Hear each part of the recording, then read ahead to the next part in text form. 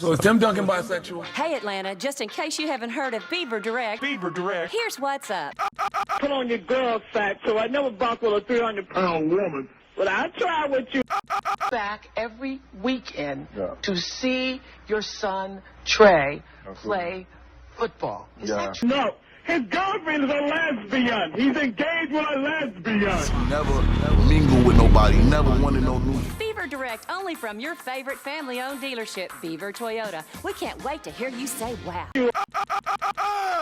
Hey, Atlanta, here's what's up.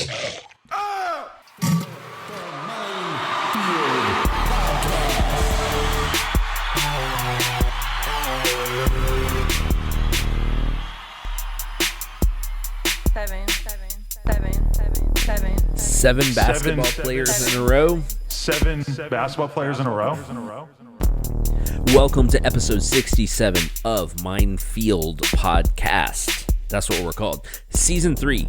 We are a typical true crime meditation comedy podcast that relies heavily on cheap sound effects. I do want to start off tonight with a big shout out to Peter V, our buddy. If you don't know, he's a gold level Patreon supporter, gold level MindField supporter. He's rehabbing, physical rehab. He got to visit with his kids for the first time in months since he got sick back in December. And so it's all really, really positive news. I hadn't given you an update in a couple episodes, and I just wanted to let you know where he was. He's got a ton of really hard work ahead of him, but if you don't know his story, he's a platinum level MindField supporter who's been behind me since episode 1, and he's just genuinely a great person. And he got sick, and then he got sicker, and he got pneumonia, and he couldn't get a room in a hospital in January. For some reason, there were a bunch of people in the hospital. I don't know if it was avoidable or not, but there were a lot of rooms already taken. He got sepsis and went into heart failure, and it was really, really scary for a while, and he has 2 young kids who are amazing, and I'm just so glad that he's okay. And he's up there in Indiana with his family. Thank you, Peter, for all your support when it comes to the MindField.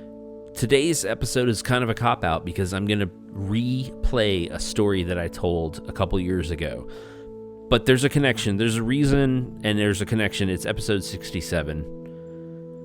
I've been busy working on a Conway Twitty special minisode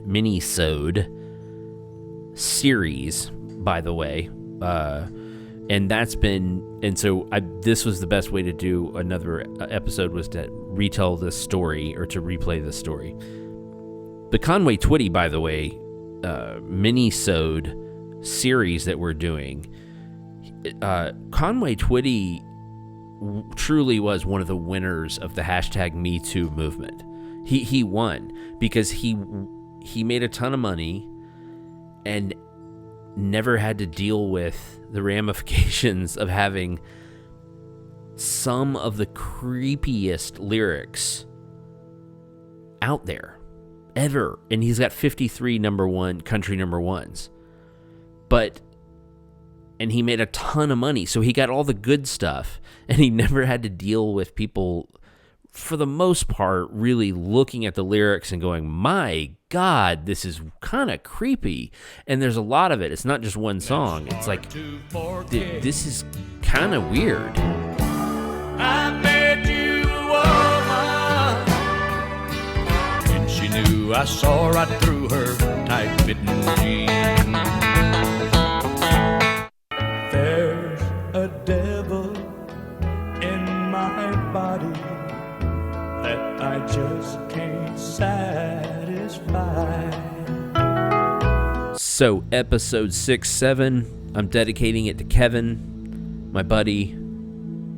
Had a lot of nicknames in high school. Also wore the jersey 67 in high school. His birthday is today, the day the episode comes out. And he's a real good buddy of mine who I've lost touch with. And it's one of those situations where life is so funny. You can have a period of time in your life where you spend so much time with this person, and then you never see them again. and they live just like an hour and a half away. But it's just like, it goes from, we were like high school buds, and it's like a group of guys, and we all stayed in touch except for Kevin, and we just lost touch with him. And he just got busy and had a family, and I started doing this thing over here to the right, and he started doing this thing over here to the left, and it happens to everybody. And everybody has an example just like that. Someone they wish they stayed in touch with. It's impossible, though, to stay in touch with everybody. And I've got a list of those people, but Kevin's definitely one of them. And it's funny to spend so much time with somebody and have them be such a big part of your life, and you're a big part of their life. And then one day you don't, and you know you're not a big part of their life, and then you don't see them, and then it's been years, and then it's been a decade. Then it's been 2 decades or whatever. So I always remember his birthday, though, even though we're not like currently in touch. I told a story about him, and it's not necessarily the most flattering story, but he's such an awesome guy.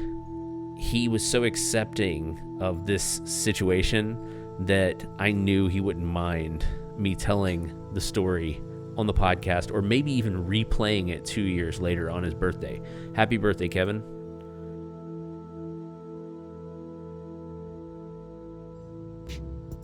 But our buddy Bear was a big guy in high school who played football and wrestled, and in the spring he threw the discus and shot put for the track team. Now, I have to tell you this too. Sidebar 1. Bear was one of those kids who had an amazing room at home. He was an only child. His parents had a big suburban home, and he had this whole like wing above the garage where he had a room, like a sitting big living room, a small bedroom, bathroom, big closet, his own entrance to the garage. So, amazing.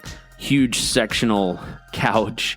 It was designed the way that every suburban 16-year-old boy would like to have his room designed. Hendrix and Bob Marley on the wall, Christmas lights and flashing lights and lava lamps and blackout curtains, and like this big sectional couch and a waterbed and speakers everywhere, like speakers in the closet, speakers in the wall, in the bathroom.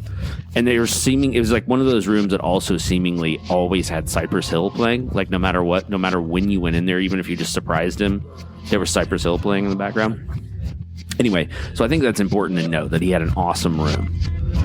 Now, back to the story.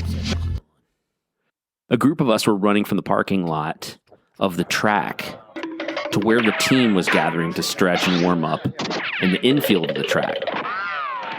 We're running a little bit late, and there was 3 of us little skinny guys, and then Bear, and he was kind of behind us. We ran up and jumped over the little fence, a little 3 or 4 foot tall fence around the track that separates it from the infield. We ran up, jumped over it, and started jogging toward the team.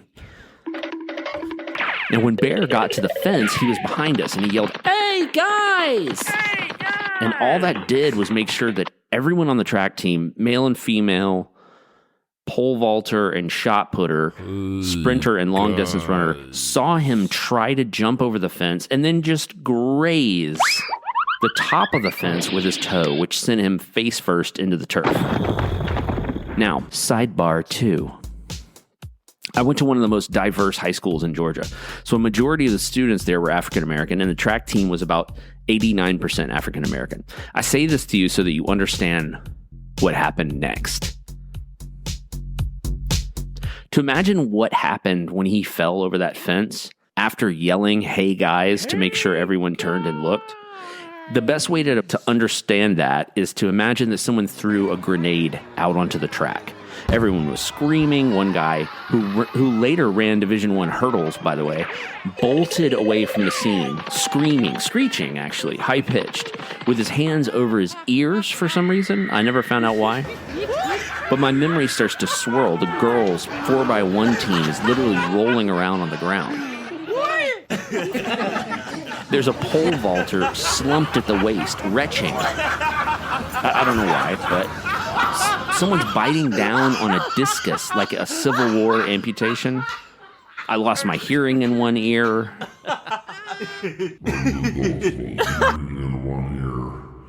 He just fell. He fell. So yeah, we had a great laugh about it. But I told you about the room. I mean, so the room was pretty cool. He had a cool room. So it's not a completely sad story, but it was funny.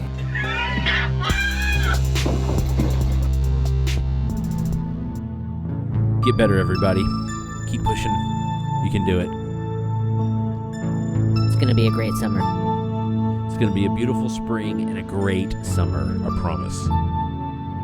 We'll be back soon with Conway, Twitty, meditation, true crime, all together. You're now leaving MF22, the MindField.